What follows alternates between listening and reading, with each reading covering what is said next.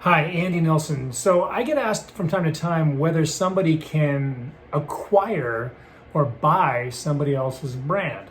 Yeah, okay, you can. Of course you can. So let's really quickly unpack what brand is. Now there are so many definitions for it, but one I like, or I'm butchering it a little bit, but it's basically, a brand is like the sum total of consumers' experiences with your business, its reputation, its values, everything that it's kind of exuding toward the public.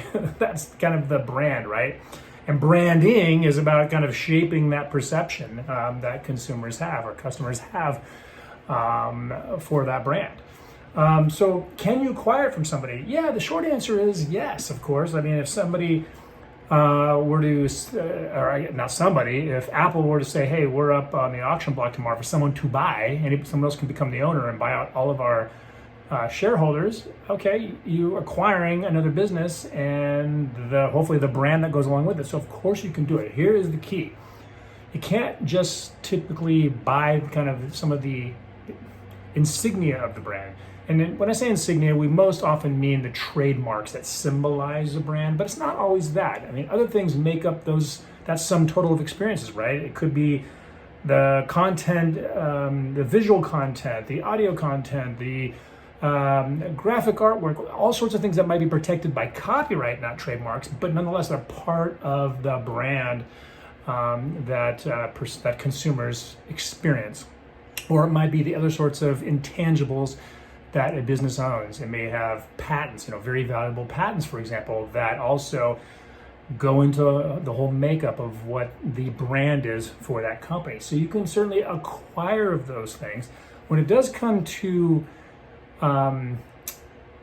trademarks as being part of that, but just one element of the overall brand of the company, what I will say is this: you can't not just acquire the trademarks themselves. I can't say, hey, Apple, I don't want your business. I don't want anything you do. I just want your Apple logo and the word Apple.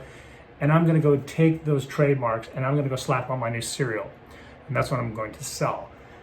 In that sense, what you're doing is you're acquiring what we call basically kind of a naked assignment is what we might refer to it as. It's the marks without any of the goodwill behind it, the business behind it. You can't really do that. Because if you think about it, the trademarks themselves are a symbol of the brand and a symbol of the quality, all that sort of thing that went into creating that association with the consumer.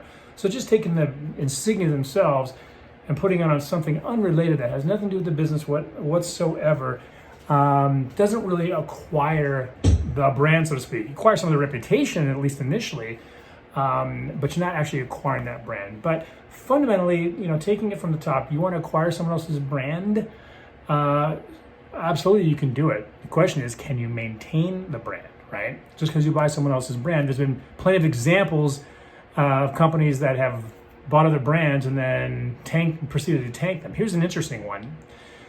Years ago, some of you might remember that Chrysler was it was acquired or at least merged to a certain extent. I don't know exactly what the association was with Daimler, right? And we know Daimler from Daimler-Benz. And okay, so that was a situation, that was a scenario where the Chrysler, and I could be off on the exact nature of the transaction, but for my purposes, I'll just say, look, Chrysler was acquired by Daimler, which at that time, that actually made the value go up. I think Chrysler got a little tick up, right? They started saying that they were German engineering and all this sort of thing.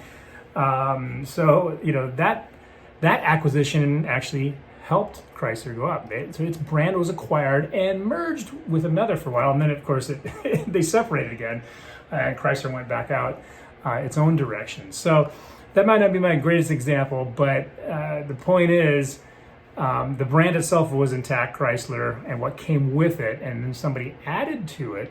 Or maybe you look at the other way. How about Chrysler was acquired by Daimler, but did Chrysler in any way sort of pull down the reputation of Daimler? I don't think it did. Some people may disagree, but ultimately, you can certainly acquire a brand, but doesn't mean you're going to maintain the brand, that sum total of experiences, etc. So anyway, any questions about this video, drop me a note, shoot me a message, and if somebody would benefit from the content, please feel free to share it. Thanks a bunch. Talk soon. Bye-bye.